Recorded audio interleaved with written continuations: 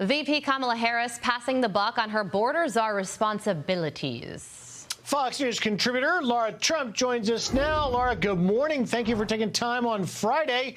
What is with the vice president blaming Congress for the crisis at the border? Well, good morning, guys. Look, she blames everybody basically but herself for so many things. She's taking zero responsibility here. She is the border czar. By the way, we are coming up in March on the one-year anniversary of her being named the border czar. She has gone down to the southern border one time. She didn't even go to the Rio Grande Valley where the real issue is. She went down to Guatemala one time and was embarrassed by the Guatemalan president, who even said, hey, you aren't doing the right thing here. I mean, I could even see that even though I'm not in the United States. And then she went on Telemundo here and said this was the top priority of the administration. That is one of the things that she said. So let me translate that for every American.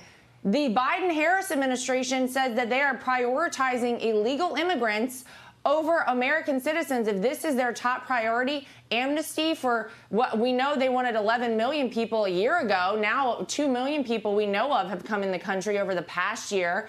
And that is a lot of people to just grant citizenship to all of a sudden. So look, this is nothing surprising for anyone. Kamala Harris has taken zero responsibility for anything since she was named vice president. But it is concerning because absolutely nothing is being done on our southern border, and it is still a crisis. It was a crisis a year ago. That's why she was named border czar. It is a crisis today, and nothing has changed. Yeah, and as she's fielding questions about her role as the border czar addressing the root causes, another staffer from her office just left, this time her chief speechwriter, bringing the total to 8.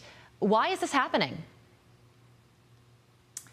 Well, I guess, you know, when a ship is sinking, people want to jump off. When that ship is on fire and sinking, which seems to be the case with this entire administration, people want to get away from that.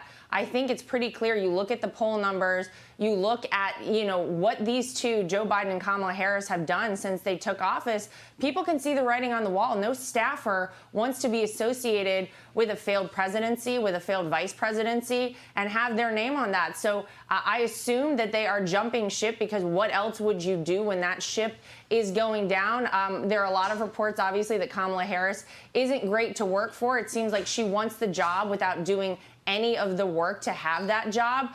So I imagine that this must be a very challenging environment to work in. But look, you can't blame people. If things feel like they're going poorly and you are not happy in your role there, I assume people want to leave.